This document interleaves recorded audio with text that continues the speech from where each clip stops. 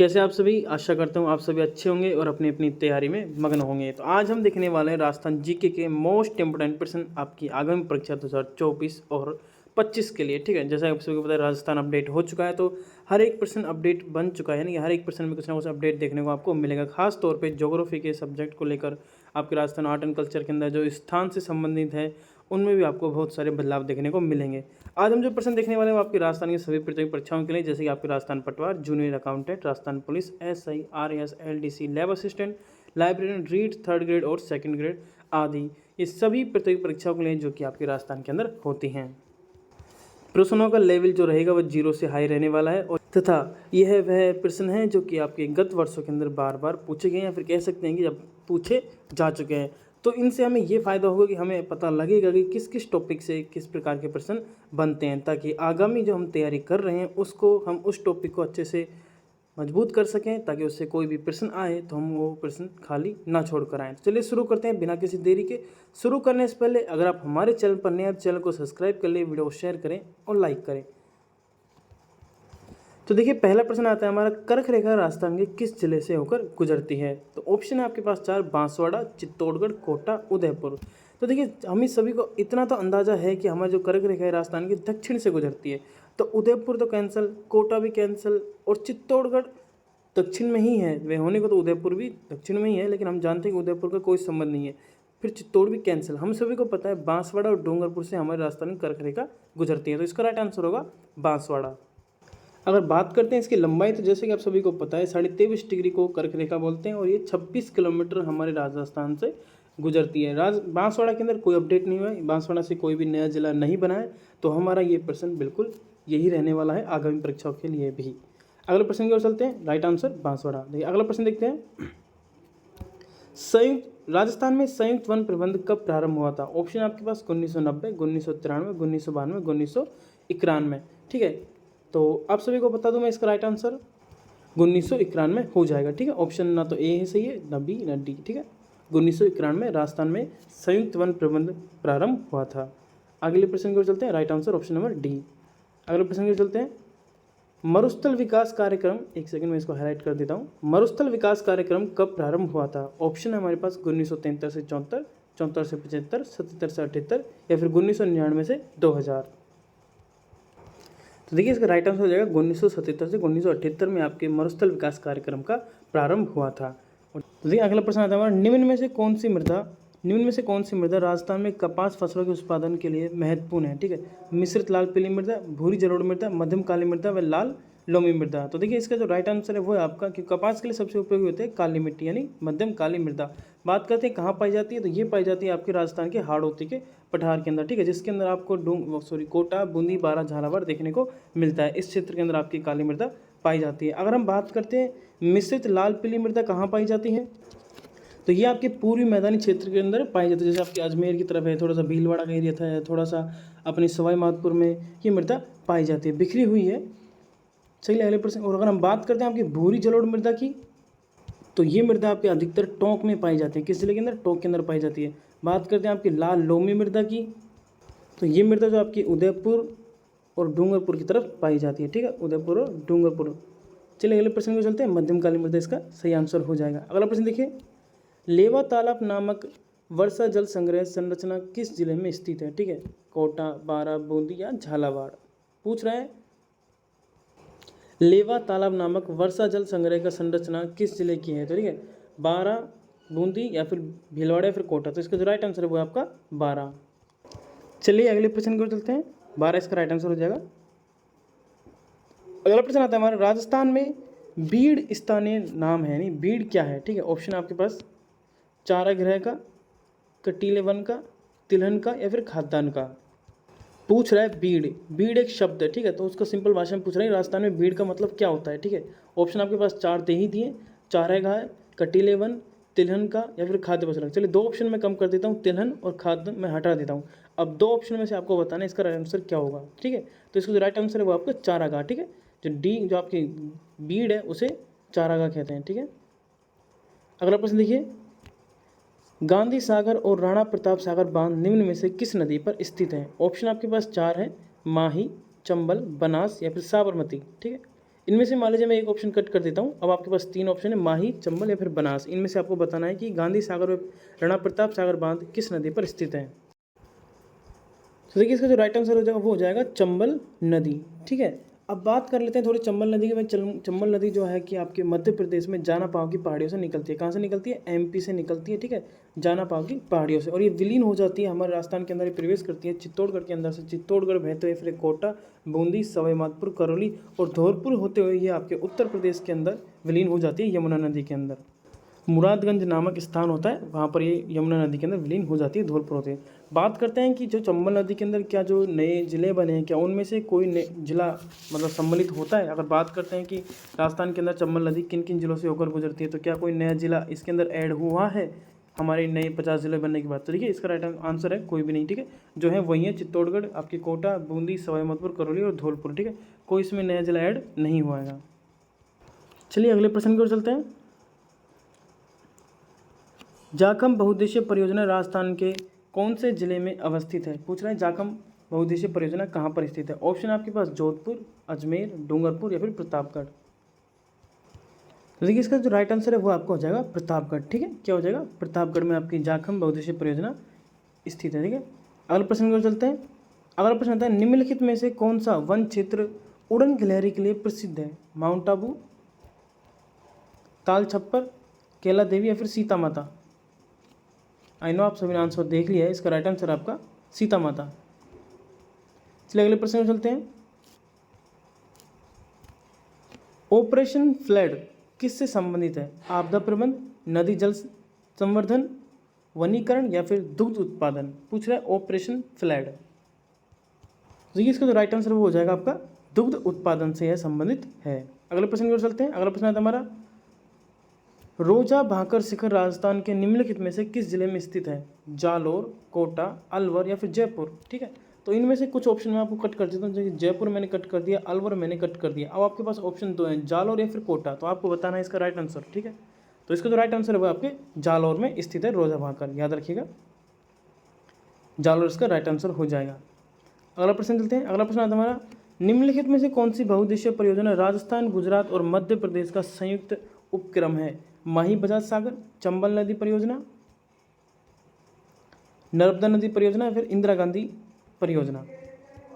तो देखिए इसके 2 ऑप्शन मैं कम कर देता हूँ आपको यहाँ पर आपकी सुविधा के लिए। माही बजाज सागर और चंबल नदी परियोजना को मैं कट कर देता हूँ। अब ध्यान देखिए राजस्थान, गुजरात और मध्य प्रदेश की संयुक्त परियोजना कौन सी है?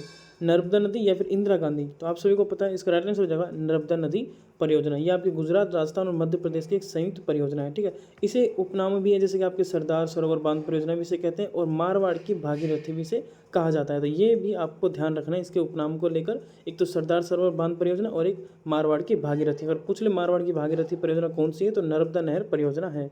ठीक है, इसका राइट आंसर हो जाएगा नर्मदा नदी परियोजना। अगले प्रश्न को चलते हैं।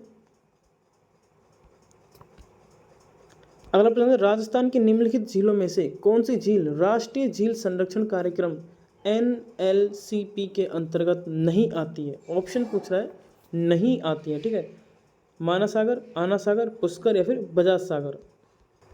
तो देखिए मान सागर भी आती है इसमें, आना सागर भी आती है, पुष्कर भी आती है, तो कौन सी नहीं आती? बजाज सागर नहीं आती है। ये बात आपको ध्यान में रखनी है। उत्तर हो जाएगा डी, बजाज सागर। अगला प्रश्न को चलते हैं। अगला प्रश्न आता है निम्नलिखित में से, एक सेकंड में इसको हाईलाइट कर देता हूँ। निम्नलिखित बेसिन में कौन सा उत्खात भूमि स्थलाकृति के लिए प्रसिद्ध है? Mahi basin, Chambal basin, Luni basin या फिर घग्गर बेसिन। तो देखिए आप में से अधिकतर लोगों को पता होगा चंबल बेसिन हमारे इसके लिए सबसे उत्खात स्थलाकृति के लिए जानी जाती है। जैसे आपके डींग की रानी है, आपके डांग जो क्षेत्र है वो सारा उधर ही पड़ता है। आपके चंबल नदी ने इतना काटा है वहाँ पर कि भूमि कुछ इस प्रकार से हो गई है। ठीक है, इस प्रकार से कहीं पे उच्च भूमि है, कहीं पे निम्न, फिर उच्च, फिर नीचे, फिर उच्च नीचे। ठीक है, तो इसे डांग भी बोलते हैं और इसे उत्खात स्थलाकृति भी बोलते हैं, यानी कि उबड़ खाबड़। ठीक है, इसके लिए जिम्मेदार कौन है? चंबल बेसिन। चंबल नदी का जो क्षेत्र है उसे बीहड़ भी कहते हैं। ठीक है, बीहड़ क्षेत्र अगर आपसे पूछ ले तो चंबल नदी का वो बहावी क्षेत्र बीहड़ क्षेत्र कहलाता है। ये भी आपको ध्यान में रखनी है। और आपकी जो डींग की रानी है उसे करौली को कहते हैं। जो अगर पूछ ले कि सर्वाधिक बीहड़ क्षेत्र किस जिले के अंदर है, पर्सनली पूछ ले तो आपको उत्तर देना है सवाई माधोपुर। ठीक है, इसका उत्तर हो जाएगा चंबल बेसिन।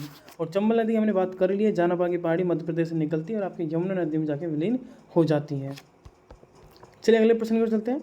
अगला प्रश्न आता है हमारा, थार पारकर खालिस्तान की एक नस्ल है, भेड़, गाय, ऊँट, और ऑप्शन डी है इसमें बकरी। चलिए बकरी को तो मैं यहाँ पर कट कर देता हूँ। आपके पास ऑप्शन 3 है, भेड़, गाय या फिर ऊँट। देखिए आपके थार पारकर है जो कि आपकी गाय की नस्ल है। ठीक है, चलिए अगले प्रश्न को चलते हैं। अगला प्रश्न आता है हमारा, ऑप्शन नंबर गाइस का राइट आंसर होगा नक्की झील स्थित है, यानी नक्की झील कहाँ पर है? माउंट आबू, उदयपुर में, राजसमंद में या फिर अजमेर में। ठीक है, तो इसमें से भी 2 प्रश्न में आपके 2 ऑप्शन कट कर देता हूँ, एक अगर राजसमंद और एक उदयपुर। ये अब बताइए माउंट आबू में है या फिर अजमेर में? तो मुझे पता है आप सभी को इसका उत्तर पता है, माउंट आबू में नक्की झील स्थित है। ठीक है, तो क्या होगा इसका उत्तर? माउंट आबू इसका राइट आंसर हो जाएगा। बात करते हैं आपकी जो नक्की झील के बारे में, कुछ थोड़ी सी बातें कर लेते हैं कि नक्की झील आपकी सबसे पहले बात तो माउंट आबू यानी सिरोही में स्थित है। कहाँ पर? सिरोही में स्थित है। बात करते हैं इसके निर्माण को लेकर, कहा जाता है कि देवताओं के नाखूनों के द्वारा इसका निर्माण किया गया था, लेकिन वैसे अगर बात करते हैं 14वीं शताब्दी में इसका निर्माण हुआ था। सबसे ऊंची झील और सबसे गहरी झील इसको बोलते हैं। सबसे इंपॉर्टेंट बात है कि माउंट आबू झील आपकी सर्दियों में जम जाती है। ये कुछ बातें थी आपकी, सॉरी माउंट आबू नहीं, नक्की झील की कुछ बातें थी जो मैंने आपको बताई हैं। ठीक है, सबसे पहले तो कहाँ पर पाई जाती है? सिरोही के अंदर माउंट आबू। अगला प्रश्न देखते हैं। अगला प्रश्न आता है हमारा, निम्नलिखित में से किस जिले में सेम की समस्या है? सेम की समस्या क्या है वो मैं आपको बताऊंगा। पाली, अलवर, उदयपुर या फिर हनुमानगढ़। तो इसका राइट आंसर हो जाएगा आपका हनुमानगढ़। दरअसल बात करते हैं कि सेम की समस्या होती क्या है। तो देखिए, जब आपकी जो कोई भूमि में पानी का रिसाव बहुत अधिक होता है तो वो दलदली बन जाती है। दलदली बनने के बाद उसमें जो मृदा के अंदर लवणीयता की मात्रा अधिक हो जाती है, और ये क्षेत्र होता है आपके घग्गर प्रदेश के अंदर। जो आपकी घग्गर नदी है, दोआब क्षेत्र, उसके अंदर ही आपको देखने को मिलता है। आपके गंगानगर और हनुमानगढ़ के अंदर ये सर्वाधिक आपको देखने को मिलता है। बात करते हैं कि इसके अंदर समाधान क्या है, तो वृक्षारोपण इसका समाधान है। चलिए अगले प्रश्न की ओर चलते हैं। अगला प्रश्न है हमारा, गुजरात के गिर प्रकार की गाय नस्ल को राजस्थान में कहा जाता है? नागौरी, थार पारकर, रेंडा या फिर राठी। ठीक है, इसमें से 2 ऑप्शन में एक ऑप्शन मैं कट कर देता हूँ जो कि हमने अभी थोड़ी देर पहले देख लिया है। अब आपको 3 ऑप्शन है, नागौरी, रेंडा या फिर राठी। तो इसका जो राइट आंसर है वो है रेंडा। ठीक है, रेंडा इसका राइट आंसर हो जाएगा। अगले प्रश्न में चलते हैं। राजस्थान में निम्नलिखित में से किस क्षेत्र में उष्ण कटिबंधीय कटीले वन मिलते हैं? उष्ण कटिबंधीय कटीले वन, सिरोही, बांसवाड़ा, चूरू या फिर कोटा। तो इसका राइट आंसर होगा आपका चूरू। चलिए अगले प्रश्न में चलते हैं। राजस्थान वानिकी एवं जैव विविधता परियोजना किसके द्वारा प्रायोजित है? ऑप्शन आपके पास यहाँ पर 4 है। ठीक है, Asian development bank, world bank, world trade organisation, जापानी इंटरनेशनल कॉरपोरेशन एजेंसी। ठीक है, 4 ऑप्शन आपके पास। पूछ रहा है राजस्थान वानिकी एवं जैव विविधता परियोजना, तो ये जो आपका राइट आंसर हो जाएगा ऑप्शन नंबर डी, जापानी इंटरनेशनल कॉरपोरेशन एजेंसी। चलिए अगले प्रश्न को चलते हैं। अगला प्रश्न आता है हमारा, राजस्थान राज्य वन प्रशासनिक प्रतिवेदन 2021-22 के अनुसार वह जिला जहां प्रतिशत वन क्षेत्र सर्वाधिक है वह है उदयपुर, करौली, प्रतापगढ़ या फिर सिरोही।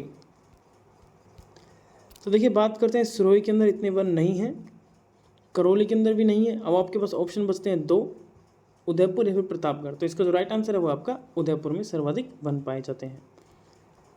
चलिए अगले प्रश्न को चलते हैं। अगला प्रश्न आता है, राजमहल टोंक खान संबंधित है सोने से, पन्ना से, चांदी से या फिर तांबड़ा से? तो इसका उत्तर हो जाएगा तांबड़ा से। ठीक है, तांबड़ा से। राजमहल टोंक खान किससे संबंधित है? तांबड़ा से। अगले प्रश्न को चलते हैं। अगला प्रश्न आता है हमारा, भारतमाल परियोजना का संबंध किस क्षेत्र से है? समुद्री सुरक्षा, आदिवासी विकास, महिला शक्तिकरण या फिर परिवहन? सिंपल सा उत्तर है। तो देखिए इसमें से एक ऑप्शन में कट कर देता हूँ, महिला शक्तिकरण मैंने यहाँ पर कट कर दिया। अब बताएं। चलिए समुद्री सुरक्षा को मैंने कट कर दिया। अब तो देखिए अगला प्रश्न है हमारा, गोविंद गुरु ने भीलों को संगठित करने के लिए कौन सा संगठन स्थापित किया था? भील हितीकरण, भील सामुदायिक संप या फिर भगत पंथ?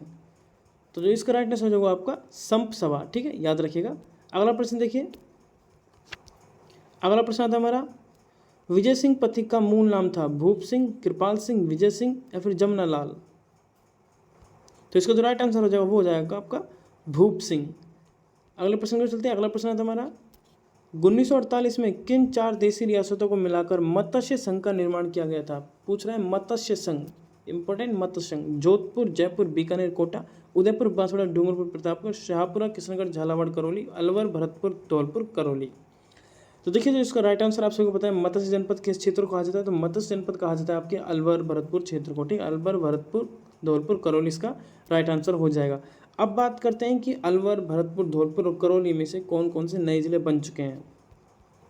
तो देखिए, अगर बात करते हैं आपके भरतपुर की, तो देखिए भरतपुर में एक तो आपका डींग नया ज़िला बन चुका है। फिर बात करते हैं आपके धौलपुर, धौलपुर वैसा ही है। करौली की बात करें तो करौली और करौली के बन चुका है गंगापुर सिटी, ठीक है, गंगापुर सिटी करौली से बन चुका है एक नया ज़िला। और बात करते हैं अलवर की, तो अलवर में आपका बन चुका है खैरतल, तिजारा और एक आपका जयपुर और अलवर को मिला के कोटपुतली, बहरोड। तो अगर आगे जाके प्रश्न आपको देखने को मिल सकता है कोटपुतली, बहरोड, अलवर, खैरतल, तिजारा, डींग, भरतपुर, धौलपुर, इन क्षेत्रों में से कोई भी आपको नाम देखने को इस प्रश्न के अंदर मिल सकता है। चलिए अगले प्रश्न को चलते हैं। देखिए अगला प्रश्न है हमारा, प्रसिद्ध स्वतंत्रता सेनानी रतन देवी किस से संबंधित, यानी किस जिले की से संबंधित है? जयपुर, जोधपुर, अलवर या फिर उदयपुर? तो इसका जो राइट आंसर हो जाएगा वो आ जाएगा आपका जयपुर, ठीक है, रतन देवी जयपुर की थी। अगला प्रश्न देखिए, करौली का कैला देवी मंदिर किस नदी के किनारे स्थित है? काली सिंध, पार्वती, कालीसिल या फिर बामनी? तो इसका जो राइट आंसर हो जाएगा वो हो जाएगा आपका कालीसिल नदी के किनारे स्थित है कैला देवी मंदिर करौली के अंदर। अगला प्रश्न देखिए, निम्न में से कौन सा दुर्ग कुंभ द्वारा निर्मित नहीं है? कुंभा द्वारा निर्मित नहीं है, निम्न में से कौन सा दुर्ग आपका नहीं है पूछ रहा है। तो देखिए, कुंभ से कुंभलगढ़, इस ऑप्शन को तो कम कर दो, बसंती दुर्ग, मचाना दुर्ग या फिर गागरोन का दुर्ग। चलिए मैं इसमें से एक और कट कर देता हूँ, बसंती दुर्ग। अब आपको बताना है मचाना दुर्ग या फिर गागरोन दुर्ग, ठीक है। तो जो इसका राइट आंसर हो जाएगा आपका गागरोन दुर्ग कुंभा ने नहीं बनवाया है। अगले प्रश्न की ओर चलते हैं। अगला प्रश्न है हमारा, राजस्थान में कौन से, एक सेकेंड, राजस्थान में कौन से प्रसिद्ध संत बीकानेर के कतरियासर से संबंधित हैं? अगला प्रश्न हमारा, आंसर इसके हरिदास, सिंध जसन्नाथ, जम्बोजी या फिर दरियाव जी? तो इसका जो राइट आंसर हो जाएगा वो हो जाएगा आपका सिद्ध जसनाथ जी। अगला प्रश्न देखिए, अगला प्रश्न आता है हमारा, कोटा के किस शासक के काल से शिकार के दृश्य कोटा चित्रशैली में विशेष बन गए? राय माधो सिंह, राजा उम्मेद सिंह, राम सिंह या फिर महाराव भीम सिंह? पूछ रहा है कि कोटा के किस शासक के काल से शिकार के दृश्य कोटा चित्रशैली के अंदर विशेष जगह बना लिए थे? तो देखिए इसका राइट आंसर हो जाएगा उम्मेद सिंह। अगला प्रश्न देखिए, पर्वतसर का मेला किस लोक देवता की स्मृति में आयोजित किया जाता है? तेजा जी, बाबू जी, गोगा जी या फिर रामदेव जी? तो इसका जो राइट आंसर हो जाएगा वो हो जाएगा तेजा जी। अगले प्रश्न को चलते हैं। अगला प्रश्न है तुम्हारा, निम्नलिखित में से कौन सा राजप्रसाद छित्तर पैलेस के नाम से विख्यात है? ऑप्शन फर्स्ट है बिजुलाई महल, उम्मेद भवन पैलेस, शिव निवास पैलेस या फिर जल महल पैलेस? प्रश्न पूछ रहे हैं हमसे, राजप्रसाद छित्तर पैलेस के नाम से प्रसिद्ध है। इसको कट कर देता हूँ, ऑप्शन 3 है आपके पास। तो इसका जो राइट आंसर है वो है उम्मेद भवन पैलेस। चलिए अगले प्रश्न को चलते हैं। चांद बावड़ी कहाँ स्थित है? सिंपल सा उत्तर है अजमेर, सीकर, आबानेर या फिर भानगढ़। तो यह आपके आबानेर के अंदर स्थित है चांद बावड़ी, अलवर के अंदर। अगला प्रश्न देखिए, स्वतंत्रता सेनानी सागरमल गोपा कहाँ के निवासी थे? बीकानेर, अजमेर, जैसलमेर या फिर जोधपुर? तो इसका जो राइट आंसर हो जाएगा वो हो जाएगा आपका जैसलमेर के निवासी थे। अगला प्रश्न देखिए, राजस्थान में 1857 के विद्रोह का प्रथम संघर्ष कहाँ हुआ? ऑप्शन फर्स्ट है एरियनपुरा, नसीराबाद, डूंगरपुर या फिर उदयपुर? तो आप में से अधिकतर विद्यार्थियों को इसका आंसर पता है नसीराबाद, नसीराबाद छावनी। अगले प्रश्न पर चलते हैं।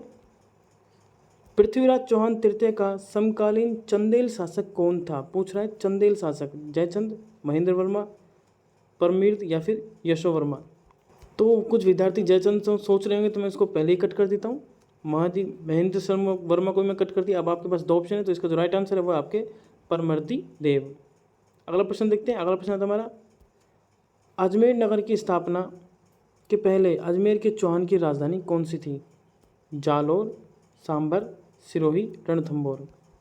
पूछ रहा है अजमेर नगर के स्थापना से पहले अजमेर के चौहानों की राजधानी कौन सी थी? तो वो थी आपकी सांभर। हमारा 11 जून 1681 में औरंगजेब के बागी पुत्र अकबर को दुर्गादास किस मराठा सरदार के दरबार में कोंकण साथ ले गए थे?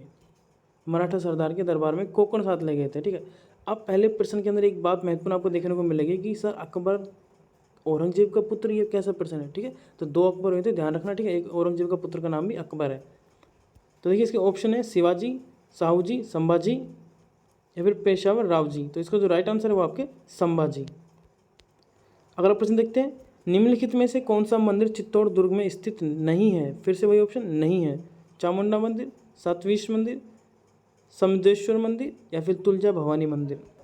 ठीक है, ये भी है, ये भी है, ये भी, चामुंडा मंदिर नहीं है। अगले प्रश्न को चलते हैं, बीकानेर चित्र शैली में किस बीकानेर शासक के समय उस्ता परिवार ने हिंदू कथाओं को आधार बनाकर बहुत चित्र बनाए?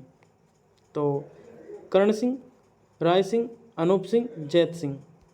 इसका जो राइट आंसर जो होगा वो आपका अनूप सिंह।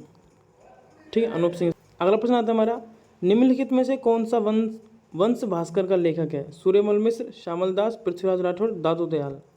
तो इसका option number A right answer है, सूर्यमल मिश्र। अगला प्रश्न देखिए, मारवाड़ी शैली के शासक साहित्यिक रूप से को क्या कहा जाता है? मारवाड़ी शैली के जो साहित्यिक रूप को क्या कहा जाता है? पिंगल, डिंगल, अपभ्रंश या फिर ब्रज। तो इसका जो राइट आंसर हो जाएगा वो हो जाएगा आपका डिंगल। अगला प्रश्न देखिए, किस हिंदू माह में गणगौर त्यौहार मनाया जाता है? ये प्रश्न अच्छा है, चैत्र, वैशाख, फाल्गुन या फिर श्रावण। तो इसका जो राइट आंसर हो जाएगा वो हो जाएगा आपका चैत्र शुक्ल तृतीया को आपकी गणगौर बनाई जाती है। गणगौर भी राजस्थान की कई बनते हैं, बिना ईसर की गणगौर, बिना गौरी की गणगौर, गुलाबी गणगौर। ठीक है, तो गणगौर भी आपके राजस्थान के अंदर कई बनती हैं। अगला प्रश्न देखिए, राज प्रशस्ति का रचयिता कौन था?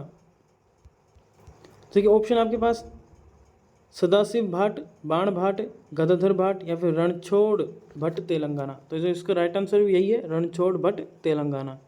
अगला प्रश्न है हमारा, अगला प्रश्न, मारवाड़ का परगना विगत के लेखक कौन है? ऑप्शन फर्स्ट है आपका दयाल दास, चारण शिवदास, मोहनोद नैन्सी या फिर पन्नानाथ। ठीक है, तो ये दो ऑप्शन मैं यहाँ पर कट कर देता हूँ। अब इसका राइट आंसर आप बताइए। राइट आंसर इसका मोहनोद नैन्सी। अगला प्रश्न देखिए, प्राचीन काल में निम्नलिखित में से किस स्थान को ताम्रवती नगरी के नाम से जाना जाता था? आहड़, कालीबंगा, खेतड़ी, गणेश्वर। तो आहड़ को जाना जाता था, इस बात को आपको ध्यान में रखना है। अगला प्रश्न देखिए, राजस्थान के किस जिले में ओजियाना स्थल स्थित है? गंगानगर, भीलवाड़ा, उदयपुर, राजसमंद। तो जो इसका राइट आंसर हो जाएगा वो हो जाएगा आपका भीलवाड़ा। ठीक है, तो ये